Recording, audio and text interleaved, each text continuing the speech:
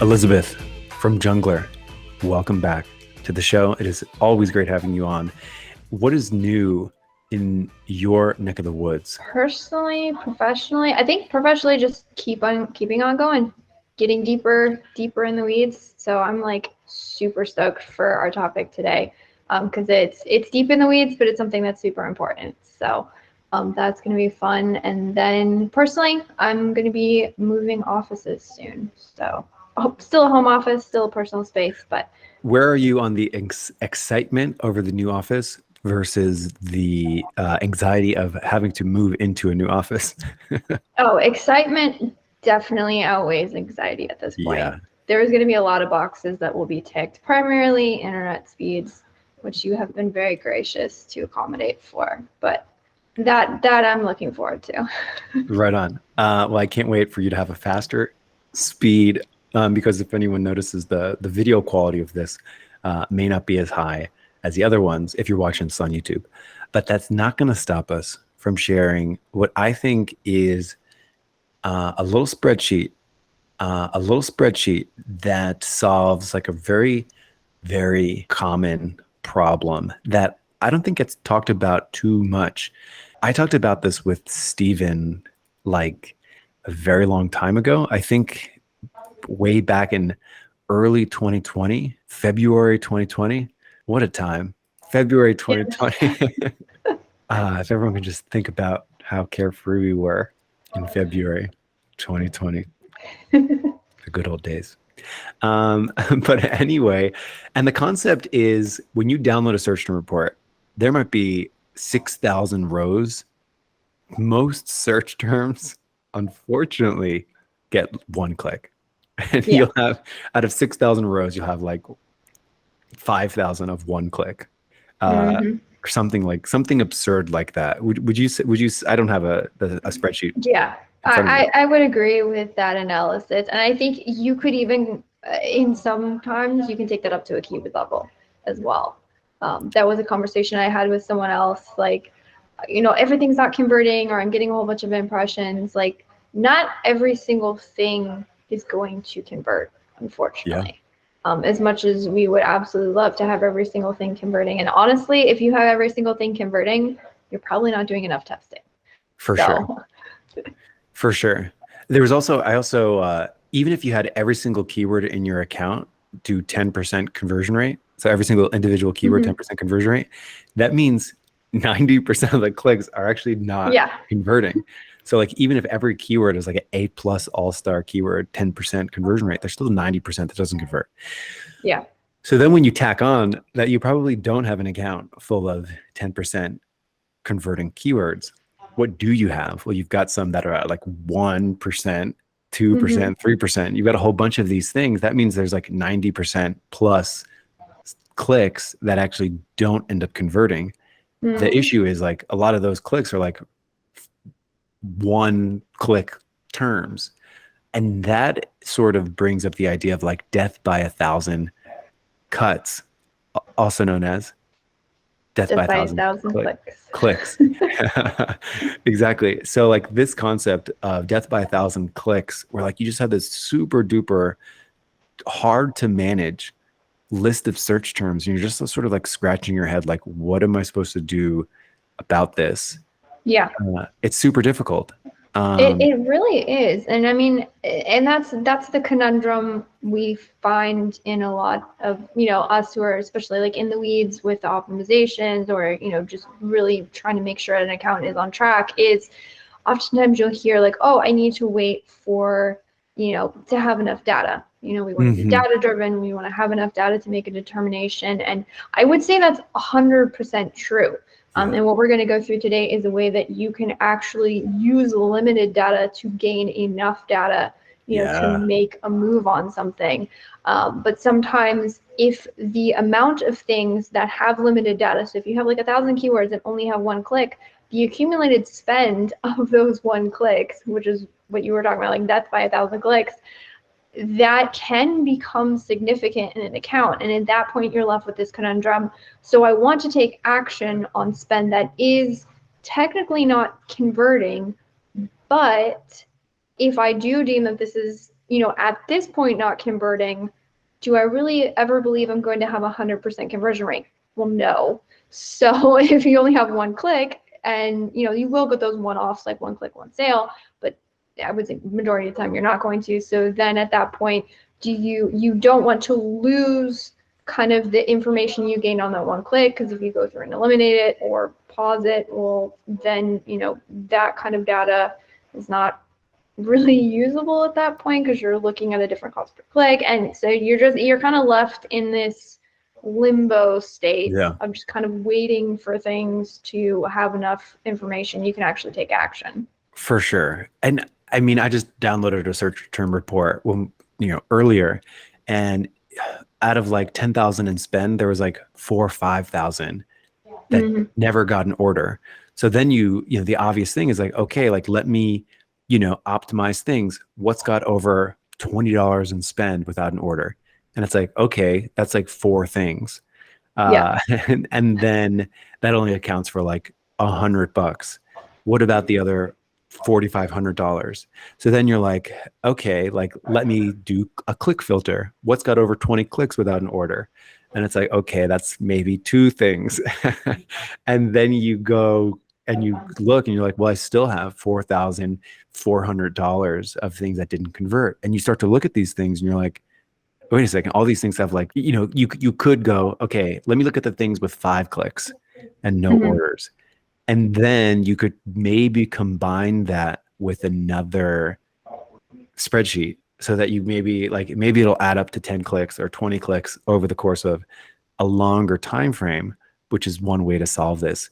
But for something that gets 1 click in a single search term report, like 60 days, there's, what are you going to do? Combine an entire year's worth of things. And even if it gets only 1 click every 60 days, that's only 6 clicks a year. Is it bad or is it good? And then add on top of that the complexity that, yes, maybe you have enough data to combine a year, but what you would really want to have for that is like search term reports that aren't overlapping in dates, and you would want to be able to like some way to compile those where you can't download an entire year's worth inside of a search term report. You only get a certain amount of days, and then again you're kind of left in this limbo state. Yes. And as everyone knows, this show's not an advertisement, but that is what we do inside Badger's tool. You can combine you can combine 2 years of data if you want for a single search term.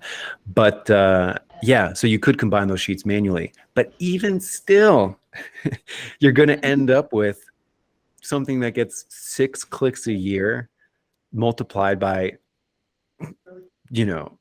6,000 terms. And even at 6,000 clicks at $1 cost per click, that's a lot. So it's like, what do you do with all of this? So like, what do you do with the majority of your search terms that only get such a paltry amount of clicks? And this is where you can use, and this comes from the Google Ads days. I feel super lucky to have started in Google Ads, because it's a super robust system. They've had like 20 something years to develop ahead of Amazon. And there's some like gigabrains over there. And to carry some of that over to Amazon, I think has been awesome. And I'm lucky that like 10 years ago, I had a Google Ads client that was like, I want to sell on Amazon, like way before the curve. So like, I feel like super lucky for how that all progressed. Anyway, there's this thing from Google Ads called Ngrams. And I'm going to share my screen. So if you're watching this on YouTube, like a couple thousand of you are, head on over. You're driving in your car, doing the dishes, mowing the lawn, and you're listening audio only. We're going to try to break this down for you as well. But I am sharing my screen. And you can actually go in the notes of this podcast to go actually get this spreadsheet. And we're going to break it down. So basically, this is a very cool report because it's specifically sort of made to look at all these like 1-click search terms and see if it can spot out any trends. So I'll kick it off with probably the most easy, simple example. Let's say you sell bicycles and you sell blue bicycles only. You might get clicks sometimes for red bicycle, black bicycle, green bicycle, and you don't sell any of these. And when you look at that, like red bicycle maybe only has 2 clicks, but maybe like boys red bicycle, women's red bicycle, girls red bicycle, mountain bike red.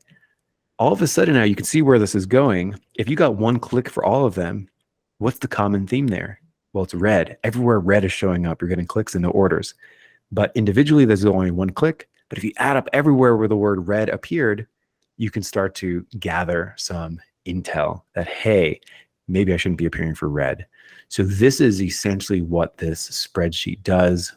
Super powerful, super helpful at getting some info out of this. So Elizabeth, we were going back and forth on this spreadsheet, and we have an example here. You can see this right on your end too. So you want to walk through sort of like what to do when you get the spreadsheet and sort of like what it does on the search term report tab. So I'm super stoked for this. I feel like this is a process that I at one point was puzzling over and kind of got thrown to the wayside because I had other projects on my plate. But essentially what we're doing is we're looking through each individual word inside of a search term and then determining where does this word appear, and when this word appears, how is it performing? And so the great news is Michael's created this insane, I mean, I love a good spreadsheet, especially love a good spreadsheet that allows you to do some calculations where the formulas have already been written for you. So even if you don't fully, kind of understand what split or query formulas are, it's not a problem. It's already here. All you'll have to do is copy and paste things in from your search term report. So basically what you'll want to do is go to the tab that Michael has open right here, which is the search term report tab on this spreadsheet. And what you'll need to do is copy over your search terms that, if you're downloading a search term report, you would go through. And so you just copy over the search terms. You want to copy over the impressions, the clicks, the cost, then the conversions, so basically like the order numbers. And then once you have all of that, which again, it's just going through your search term report, making sure those specific columns and such, and did I miss one? Oh, conversion value also. So we want to make sure that you just need the necessary data, and you need the search terms, and then this spreadsheet will help you again analyze the things that are not converting and get some really granular insights into like combined performance for where some things are showing up. Yeah, exactly. So you're just copying over info from your search term report, you're dropping it in, and what's cool about this is it uses, I'm big on Google Sheets, but it uses like a split function. So basically what it does is like you can just split up a group of words into individual pieces. So it takes something like buy puppy supplies, and it breaks up into 3 separate terms: buy, puppy, and supplies. And that does that for every single search term. So what it does is like you'll see everywhere where it's split, it goes up to 7. I don't think there's, in this example, it only goes up to, a 4-word term like buy young dog supplies. And it just breaks it out into every piece of the word. So it takes a 3-word keyword, breaks it down to 3 separate words. And then what it does is it just combines the data for every single group here. For every single piece of every single word, it pulls it up. So in that example where I was listing like red bicycle, men's red bicycle, it would find that common word red, and it would add up the stats for red bicycle and men's red bicycle. And that's how you get your first tab. So in this example, it's this dummy data is about puppy food, kitten food, puppy accessories, that kind of thing. So what it did first was it found everywhere where the word accessories is, and then it combined it up. How many impressions does it get total? How much spend does every word with the word accessories, how much does that do? And I can see here, accessories is a pretty good term for me. I've got 18% ACOS, 11 orders from it. I spent $30 on it. And if I go back here and actually look up accessories to my actual search term list, and if I spell accessories correctly, I can see that the word accessories was in buy kitten accessories deal, kitten accessories, puppy accessories, accessories for kittens, so on and so forth. So everywhere where this word accessories is, it just summed up all the data and spit it out right there for me, which is pretty cool. I can also find like bad terms. So like the word young has 117% ACOS. It's not doing so well. It only had one order. So where does that show up? I can go back to my search term report. I can search the word young and I can just see everywhere it combined. And maybe I want to do something about this word young to maybe think about, should this be added as a negative phrase somewhere? Should I try to lock these things with an exact match somewhere so that I have less variability? So this is what the monogram page does. And I think the key with this is to find like those one word common themes, like that word red. And like, okay, everywhere where red appears, it's just not working out. It's very expensive. And I can probably get rid of it in my entire account because like it doesn't apply to my product. It's a hard to convert for.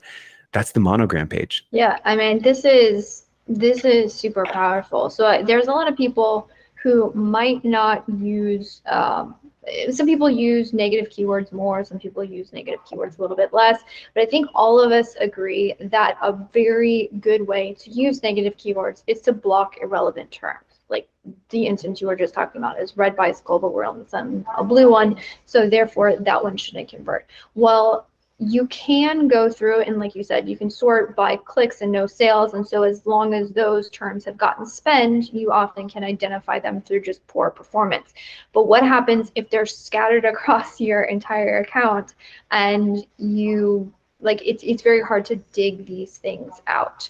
And so what this report helps you do is to dig those things out, even if they're kind of scattered across a whole bunch of different searches. And then even deeper into that, you might discover that, okay, I have a bunch of red terms popping up, but it's very possible if I've just gone through like normal sequence and I'm not doing many, just kind of like cross analysis, I might have accidentally had those keywords or put them into my account somewhere. Mm-hmm. That's a possibility. So I think, yes, this is going to be a great tool to, kind of look at things on a search term level. And when you're talking search term level, all you're doing is you can add negative keywords. That's really what you can do. But I still think a lot of this analysis is going to be great to then take it to your entire account. Like, what am I bidding on? Are some of these terms accidentally showing up? I might have some red keywords that just aren't getting impressions because they don't have relevancy. But if I've already determined through my search terms that it's not going to convert for me anyways, and I can quantify that, I probably can take action on some things that if, not given this information, I just wouldn't have, again, enough data to take those actions. So yeah, this is awesome. And you could theoretically stop right there and not go into the two deeper levels here. And if we go back and we look, the next concept is like a 2 gram, and like a gram means part of a word. The n gram, n is like the number of pieces of the word. So it's like you can go into the bigram or like the 2 gram, and here all of a sudden what it does is it starts looking for common things. So like baby cat is one. So that's our first bigram, or even worse. Let's start with young dog. Young dog. 117% ACOS, only one conversion. Not doing great, right? Where does this information come from? So I go back to my search term report, and what it's looking for is everywhere where one of these split search terms has young and dog. So for example, it might mean young dog food, toys for young dog. So these are two different things, but it's finding the common pieces of both of them. So it would grab what's common from both of them, young dog, and it would pull up all of their data. So that's what it's doing here. And again, it can help you find outliers. It can help you find things that maybe you don't want to appear for by looking at everywhere where young dog shows up and then saying like, let me trim this down. So like young dog here, not doing so hot, 117% ACOS. And basically what you can do, you can either go back to your search term report and do a filter there. It's a little bit faster than this because like this is a Google sheet, so it's kind of tough. But basically what you do is like, okay, young dog. So like buy young dog supplies. It took that performance, and it combined it with buy young dog food. So it's just sort of finding the common trend in all of these, helping you further pull up the data. So now all of a sudden, young dog, instead of having the search term buy young dog supplies with 6 clicks and, buy young dog food with 4 clicks, now all of a sudden I have a pooled term with 20 clicks because it added up all the things where it appeared. 20 clicks, one order, 117% ACOS. Now I can take some action on it. So again, just further looking for common trends, trying to get our and I love this. It's digging one layer deeper and it's finding another way to combine. Because think about it, like you could be converting well everywhere. Like if you only looked at the keyword young, maybe you have keywords that are working really well. Or if you only looked at the keyword or the root word dog, maybe all of those are working. But by having, again, a couple layers of like these combinations, it's going to just give you more ways to dig out performance. And the great thing about this is, again, first, it's automated. I love a good automation.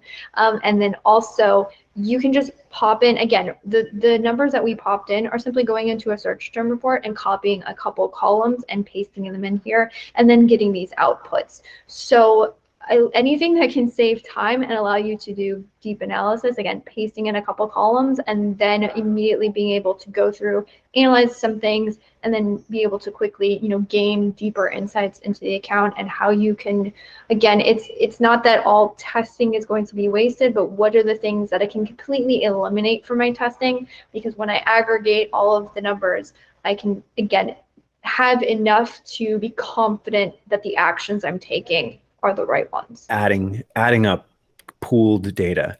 And then you can go one layer deep as well and get a 3 gram or a trigram. In this small data set, this is just a sample data. We don't have tons of things, but usually a search term report is going to have thousands of searches in it. This example only has 30. So it's not that many, but in a larger search term report, it will help you find some things that you probably weren't aware of because you're pooling up a lot of this data.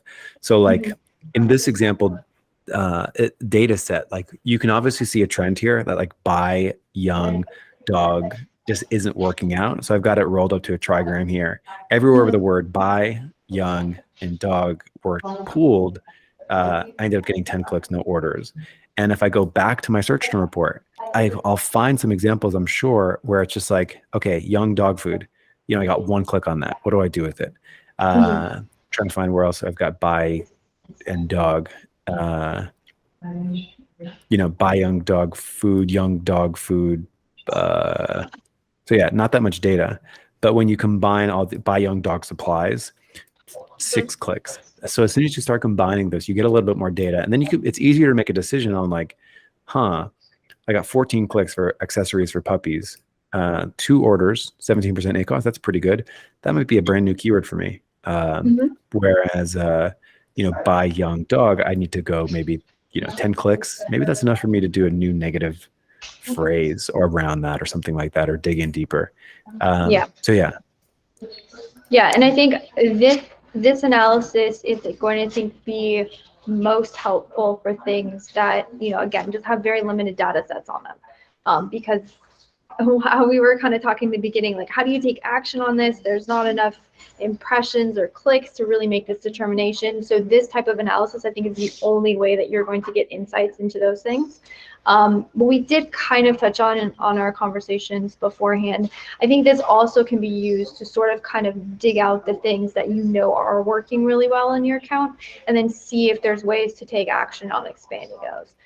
With that information, like there are ways to just say like, what keyword is working best for me, which were my best performers. I think those are insights that you can run other analysis to find those.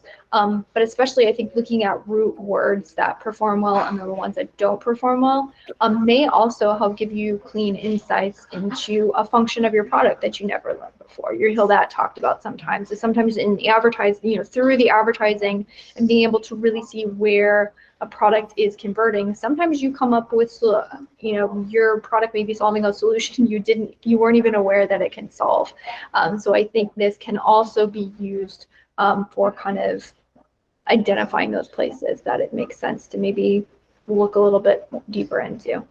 For sure. And I think this is something that Like I was working with one client who had like 45% of their spend was going towards things that didn't convert. And he did the sort of the search term analysis where you find things over $20 or 20 clicks without an order, turning those into negatives. And then he was still left with such a large amount of wasted ad spend. And this was helpful to sort of spot some of those trends and reduce that percentage down, which was really nice. So I think this is like an activity that maybe you do once a month. Yeah. You know, Yeah. it would probably be overkill to do it any more than that. Yeah, you would want to take into account that, you know, it could be possible that you took actions on certain things by adding negatives, and then, you know, that information would be included in the next search term reports. You just want to be aware of that. But again, I do think 100% this is something to be done on a routine basis. I'll put a shout out in the notes here too to all of the like Google Ads blogs that I was researching to like start using this spreadsheet. But this whole concept has been around for like a decade. We were actually doing a little activity on Google earlier, like Ngram AdWords from like 1990 to 2000. And like, I think it really started getting talked about like in the mid 2000s. So like 2005 or so. So yeah, this type of analysis has been around for such a long time. And it's about time we start doing it over at Amazon Ads, huh? Definitely. I 100% agree with what you were talking about before. There are nuances to every platform. So there are certain things that won't carry over. But that being said, it's still a pay-per-click platform. So I think that there's a wealth of knowledge to, you know, kind of going back and seeing how others have approached, you know, similar data and how they've tried to come up with ways to problem solve for a lot of similar situations that we're looking at. Right. Like they both have search term reports. They both struggled with this whole concept of like death by 1,000 clicks of like, what do you do with things with 1 click, 2 clicks? Doesn't spend very much, but when you take all of these in aggregate, it's like a big chunk of money, that kind of thing. So it's a constant, I mean, PPC is a game of like casting a wide net, keeping what works, getting rid of what doesn't. So the better you can get at like identifying what doesn't work, the better. And I think this is another tool in the tool set. I appreciate you sharing it with all of us. I think we've said all that. It's pretty simple, you know, it's a pretty simple concept. I'm here in I kept on this background the whole time of me in this cabin, and I'm happy with it. I did not keep mine. Do you want to put on a face filter for those that stuck out till the end of this episode? Let's see how fast it loads. I'm gonna go with the clock. There you go. Yes. I was determining if this was appropriate. That's a but then pretty I was good disappointed filter. Because it blocks out my fingers and I can't stroke my beard. That's a bummer. For those of you listening, I am now a pirate. I have a beard. Google Meet just added a whole bunch of new face filters. However, I don't have access to them on my Google Meet for some reason. Just a whole bunch of these backgrounds. Anyway, Elizabeth from Jungler, my dear friend, super talented Amazon PPCer, jungler.com. That's JUNGLR. We spend a lot of time on LinkedIn. Hit us up on LinkedIn. And you can get all the episodes of this podcast at adbadger.com/podcast. We've got links to the spreadsheet and a whole bunch of other stuff in the show notes. Elizabeth, thank you so much for coming back on the show. It is always a pleasure. Of course, it is always a pleasure.